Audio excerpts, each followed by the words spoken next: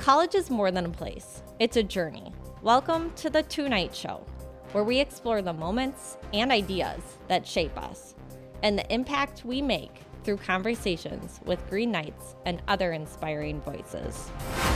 We're diving into the ever-changing education industry with SNC alum Michelle Falter. What's new for teachers, the state of the workforce, and how institutions like St. Norbert are preparing future leaders in the classroom. So Michelle, thank you so much for coming on the show today. I want to start with the fact that you're an alum and you came back to St. Norbert, but let's talk about what brought you to St. Norbert first. Yeah, so I am an alumni, and when I was a high school student and I was looking for colleges, I toured many, but I knew I wanted to be at a smaller school. At that time in my life, I didn't quite grow into my leadership yet, and so when I was looking at schools, I was really interested in being in a small liberal arts college. I am Catholic, and so that was also really important to me. And when I was touring schools, I just fell in love with St. Norbert pretty much the moment I came on campus. It is a beautiful campus, and then just the warmth and generosity of the students that welcomed me on campus. At that time, we actually could do overnight tours at St. Norbert, so I stayed in the dorm with a student and got to experience that. And we got to hang out in classes and meet professors. And so I pretty much knew immediately that this was the place for me. And yeah, I loved it so much, I came back. So you were, we were talking a little bit before this, you were an English major, mm-hmm. and then how did you get into education from there? Yeah, so I knew that I wanted to be a teacher. I actually was contemplating being a teacher of mathematics as well, but I always really just had a passion for reading, and while I was always really good at math, the passion and excitement that I had towards reading it didn't match up with my math love. So for me, I knew I wanted to be an English major, really understand that as a field. I have a lot of educators in my family. So my grandmother was an educator in a one-room schoolhouse, wow, which is pretty cool. And my aunt was a teacher and a principal for many, many years. She's now retired. I have lots of family members who are also in education. So education was always a path that I kind of knew that I wanted to pursue.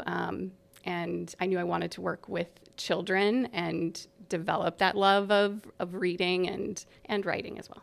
Very neat. So you graduated from St. Norbert in what year? 2001. Okay. And then you came back eventually. But what was that path from those mm-hmm. years? Yeah. So I started my career as a teacher in Waukesha, Wisconsin. I taught high school English there for 7 years. And I had a wonderful first experience being a teacher, very welcoming school community.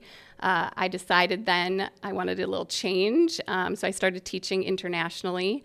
I taught in the Dominican Republic. I also taught in Germany, working in an international school there. That's so neat. Yeah, it was a really rewarding, challenging, identity-defining experience for me. Absolutely.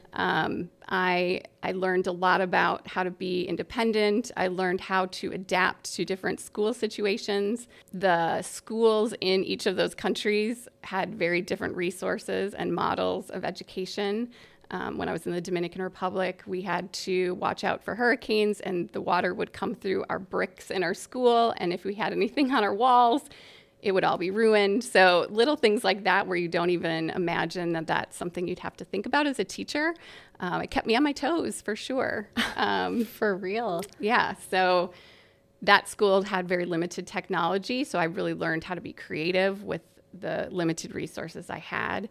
And then I went to Germany that had every resource available to me beyond. But there I had students from over 50 countries at the school, many at very different levels of English proficiency. And so that was a different kind of challenge. So I feel like those two experiences, even more than my first 7 years, I think really solidified both my love of teaching, but also created the experience and expertise that I have now. Absolutely. And I do know, reading your bio on the website, you also formed a partnership with a school in Kenya. Can you tell us about that? Yeah. So for the last about 6 years, it was just prior to COVID, my colleague from another university and I have co-led an institute for teachers in Kenya, in rural Kenya. We have a professional development institute in which for either 2 or 3 days, we teach them topics around pedagogy that these teachers wouldn't have any access to if we wouldn't come. The partnership started through a local Kenyan pastor who is wonderful. Peter is his name, and he came to the United States doing pastoral work and ended up talking to my colleague and saying that the teachers really needed some help and support. Would you be interested in helping? And so we went over there, explored the possibility, and just fell in love with the community and the teachers. And they're just so open to learning new things. Kenya is in a moment in which they're kind of switching their curriculum from a much more teacher-focused curriculum to a student-centered curriculum, but the teachers haven't been given the training to make that switch over. And so a lot of the work that we're doing is helping them think about, what does student-centered pedagogy look like? How do we incorporate inquiry, technology, even group discussions in spaces that don't have a lot? The classrooms are sometimes sheet metal classrooms with dirt floors and 100 children in those classroom spaces. And so it's very challenging for them. So it's really rewarding to work with them. Absolutely. And what a perfect example for an alum who learned here at St. Norbert and has taken the mission and just flourished with it. That is so incredible. Well done. Seriously. Yeah, that is so cool. Well, and I got my love of travel and doing anything international from my student teaching experience here at St. Norbert College. I did part of my student teaching in Ireland, and that was the first time I'd ever been out of the country as a young adult, and I just fell in love with learning about other cultures and places, and I just think every student should have an opportunity to do that because it really led me down the path that I'm on. Absolutely. Yeah. And now you're able to show your current students how they can also take that and flourish with it. Yeah. Very cool. Okay, so let's talk a little bit. We're going to go back in time a little bit and then lead up to now. Education has changed so much from when you first got into the field to where we are today, whether that's demand, technology. Can we briefly, I know it's going to be hard. Can we briefly touch on how you've seen this evolution over the past couple decades? So when I started as a teacher in 2001, it was right when No Child Left Behind legislation came into play in the United States, which was legislation that was saying that our children are falling behind and that we need to do something nationally to get our students on pace. And one of the things that came from that was the standards movement. So before that, of course, teachers held their students to standards, but there wasn't a universal sort of set of language around what exactly students should be learning in each of their classes. So from the time I started to now, most teachers are very well versed in, we have to follow these standards. But when I started as a teacher, we pretty much had free reign over what we were teaching in the classroom. And so that is a huge shift. I think a lot of teachers today feel a lot of pressure to conform to a very specific curriculum because that's what's being asked of them. I had a lot more freedom when I started. Then if I went back into the classroom now, I would probably be following a very strict pacing guide, which I never had to do as a teacher. I think many teachers would say students have changed and that it's harder, that there are more issues in the classroom with students. I don't think that's actually the case. I think that students are students, kids are kids. But I do think that there's more recognition of trauma that kids come to the classroom with. I don't think we talked about that as much when I started as a teacher, and we do talk about that now, and I think that's really important. More recognition of disabilities. So when we recognize and start to have those conversations, then they come to light. Then there's more things happening in the classroom that teachers have to pay attention to, which makes the job more challenging for sure.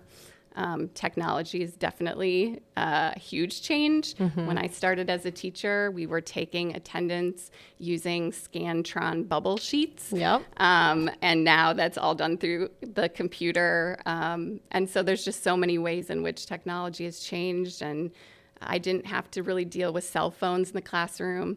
And now teachers are, and now in Wisconsin, starting next year, cell phones are not going to be in classroom spaces because our governor has put that into law, and I think it's a positive I was thing. going to say, I feel like a lot of the teachers I've talked to have been very excited about that new legislation. Yeah, because now the focus is back on instruction, and I think, it will be a positive change. Interesting. Well, thank you for sharing that.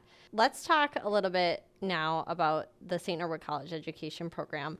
And it's no secret, the program here is state of the art, and local, statewide, even nationally, schools know the St. Norbert College name, and they look for that, and students get bumped to the top of the interview process because they come from St. Norbert. Yeah.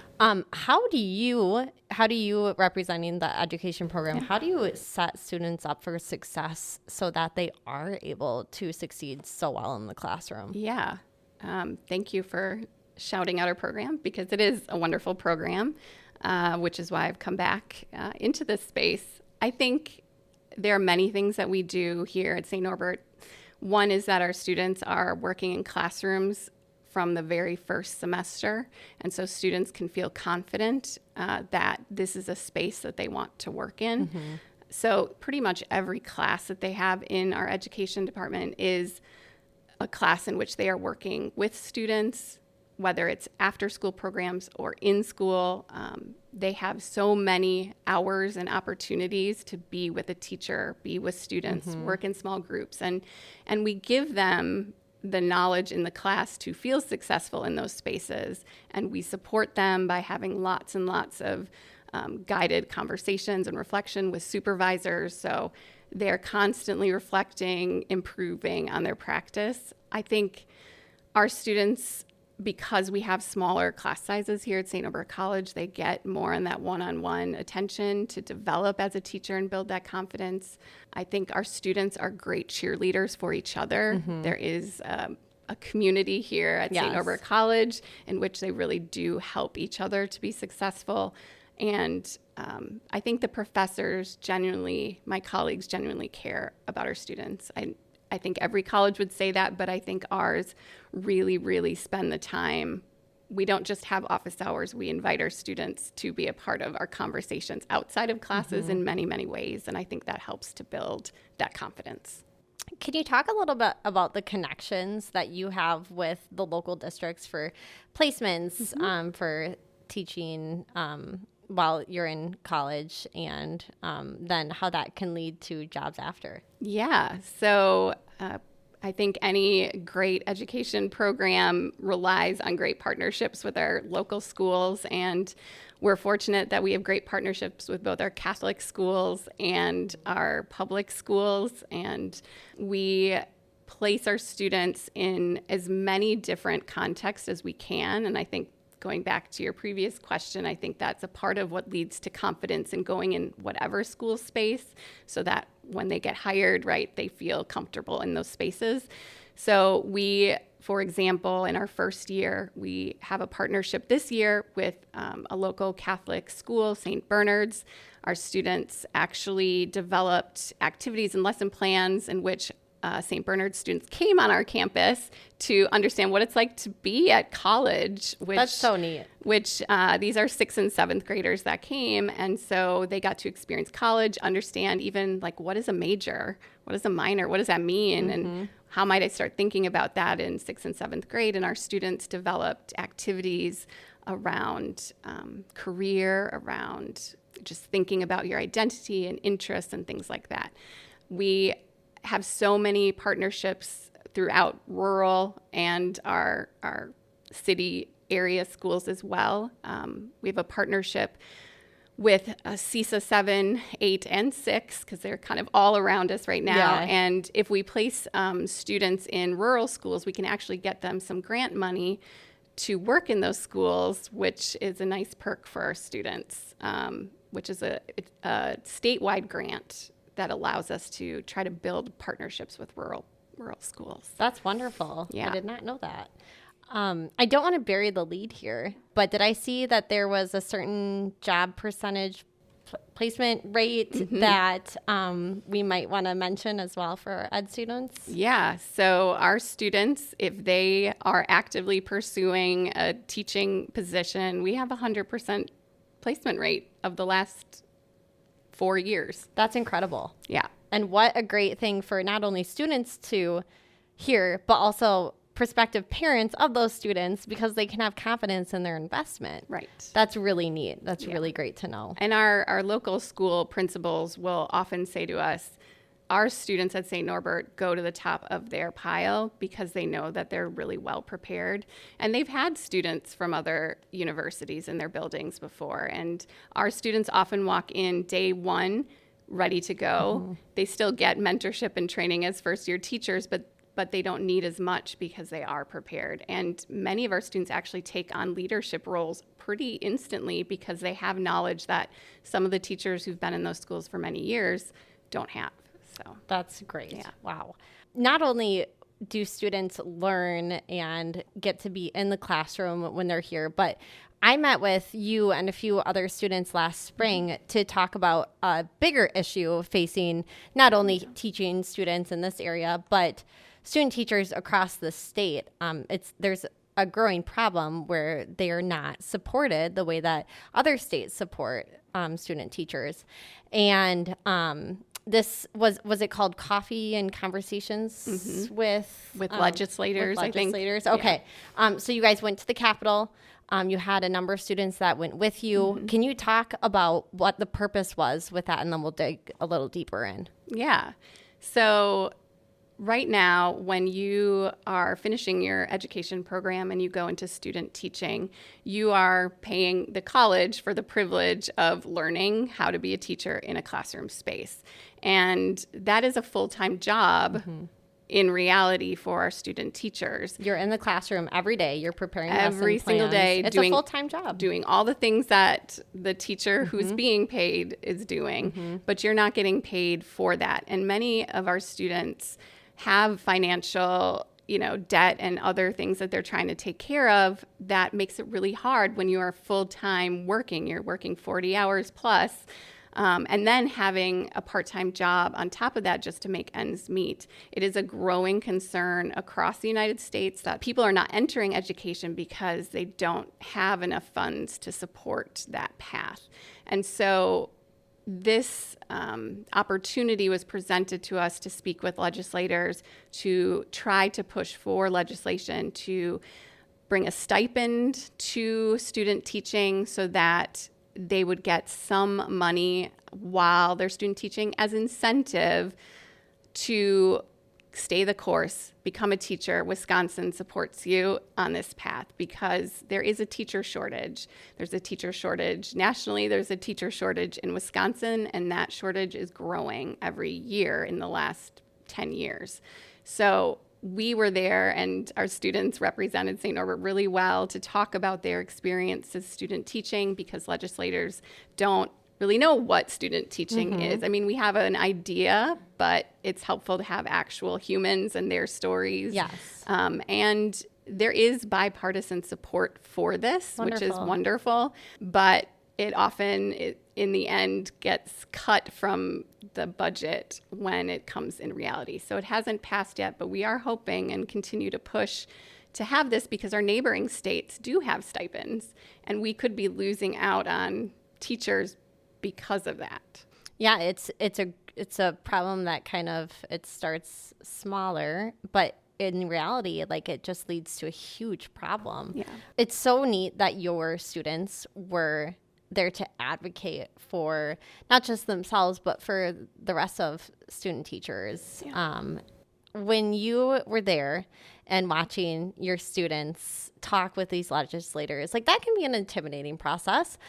Can you talk about kind of the pride that you felt that day? Yeah. So we did some prep work prior, of course. And so I prepared some talking points that I thought might be helpful to them. And in reality, I will say is that the legislators that our students talked to really just wanted to hear their story. So I think they were much more at ease in that moment. They didn't have to remember facts or anything like that. I think what I appreciated most and loved about our students was that they weren't actually really advocating for themselves.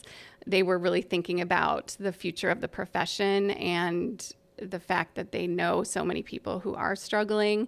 A couple of our student teachers that were there weren't having specific financial needs, but felt like this was such an important topic and felt if they could do their part.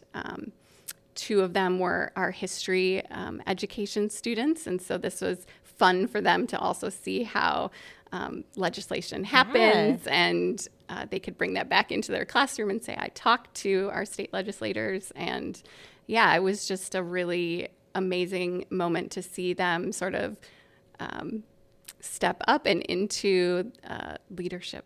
Yeah, absolutely. And now they're in their own classrooms. They are, because I think they all graduated last year. That's really cool.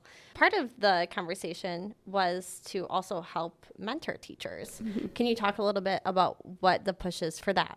Yeah, so it's a lot of work to have a student teacher or any student who's becoming a teacher in your classroom. And our mentor teachers are giving up a lot. They're giving up their students to our students. They are giving up extra time. And so we wanted to also recognize the efforts that go into really strong mentorship. A lot of people might like to have student teachers, but they don't realize how much work goes into it. And we know how much work goes into that quality mentorship. And so this would be a way to reward strong mentor teachers, to get more teachers to want to mentor student teachers. The system works when we all say yes, but there's a lot that goes into saying yes, and we recognize that. So we want both our student teachers to have some financial support, but also the teachers who are giving up their time, expertise, and energy to have some support too. Absolutely. That's great. So from the conversations that day, it sounds like there was some progress, but no actual action has been taken. Correct. What has to happen now? How can people help support this process moving forward? The biggest thing is contacting your local legislators, particularly ones that work on the education committees, because they're the ones that are pushing it forward. But workforce committee as well for the state of Wisconsin, but really any of your local legislators, just talking to them and saying, hey, I know other states are providing this remuneration. What can we do to support? We need to have good teachers, especially parents out there. You know, your kids are being taught by teachers. So contact your legislators and say, hey, I want to make sure we have strong student teachers here in Wisconsin, and this can help. Because there is support on all sides of the political spectrum here. People see the value in it. It just needs to actually stay in the budget when they make the next one. Yeah. From your perspective, you've been in the education field for a number of years now. I think about my dad, he was a teacher for 30 years. And when he applied for his first teaching job, he said there were hundreds of applicants. Now it seems, depending on the specialty and what level you're going into, they're kind of scrounging for applicants, and it's like the teacher shortage is so real right now. What else do you feel needs to be done, or maybe can be done, to help this further? Because it really, like you said, when you put it into perspective, like these are the people that are teaching the future of our country. So I think that there are many factors as to why we have a teacher shortage, and because of those factors, there is a lot to be done to help this situation. But one of those is that nationally, there's been a decline in celebrating teachers. We're often talking about problems we're seeing in classroom spaces. And yes, I'm not going to say that there aren't problems in some spaces, but there's so much more to celebrate about classrooms. And I think we need to start propping up our teachers when we start talking nationally about how important teachers are. If we look at other countries that don't have teacher shortages, in fact, it is like people are trying to get jobs and they can't because there aren't jobs.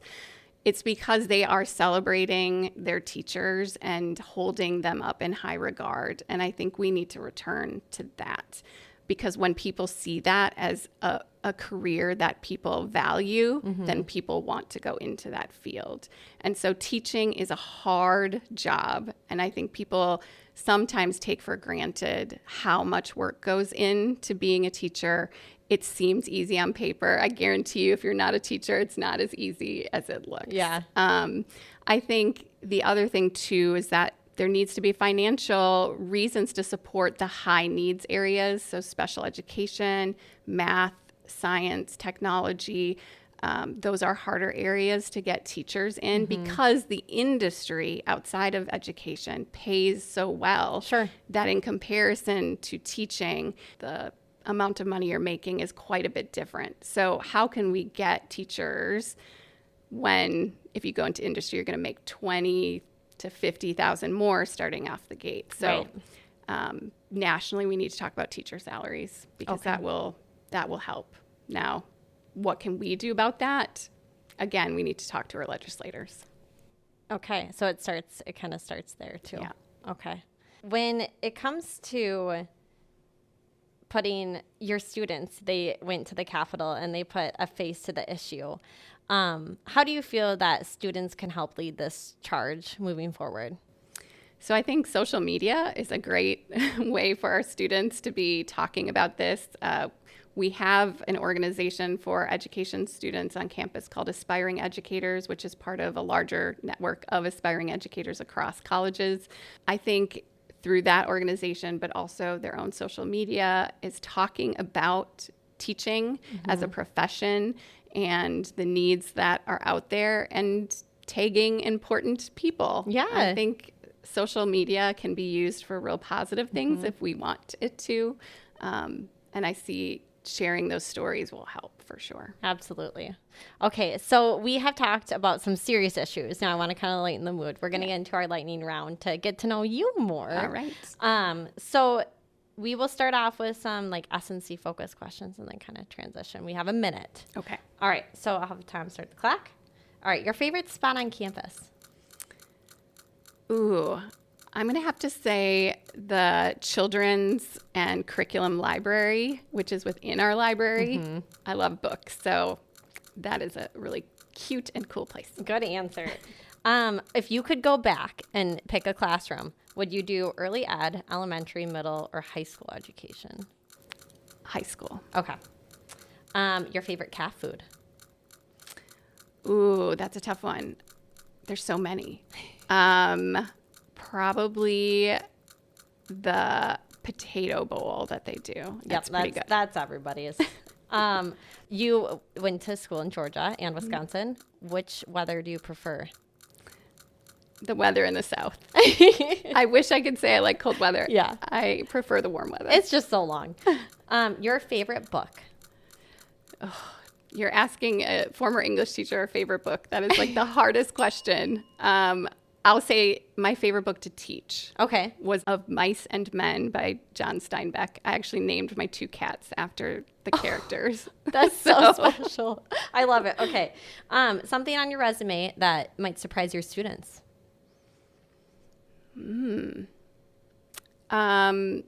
That I have co-written 3 books on education. Very neat. Yeah, I'm sure they would be surprised. That's really cool. Thank you. Something else that's unique to the podcast is I try to pick out a Bible verse that fits the topic. And I feel that this one really resonates with teachers and their calling. Kind of like when you were saying how someone who is really good at science or math can go into those fields and make more money rather than teaching. But there are those special teachers out there that have that calling. So here, I'll get into it. The verse is 1 Peter chapter 4, verse 10. It reads, "Each of you should use whatever gift you have received to serve others as faithful stewards of God's grace in its various forms." Yeah. How do you feel that resonates with educators?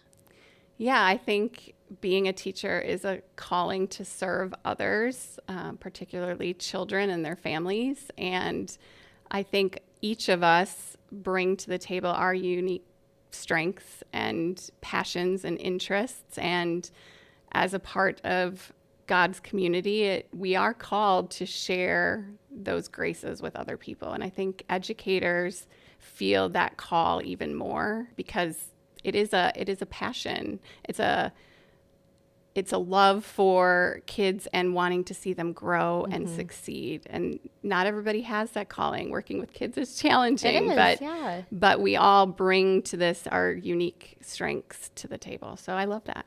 It takes a special person to be a teacher. If everybody could do it, everybody would do it. But, it takes a special person. And I think that kind of leads me into my next question for you is, say there's a prospective student out there who wants to get into education.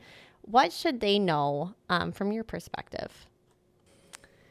Well, I would say that welcome. That would be the first thing. Yeah. We're excited that you are possibly interested in becoming a part of this field. That it is, many people say this, it's the hardest yet most rewarding job you can have. Absolutely. And so you need to know both sides. You're going to work super hard. Teaching is not cut and paste. There is so much that goes into it. But it also is fun, and you have to have both of those parts. Work hard, play hard. We could use all of those kinds of sayings, but we want you. We need you. Please join us. Like, that's what I would say to them. That's a great conversation starter. Yeah.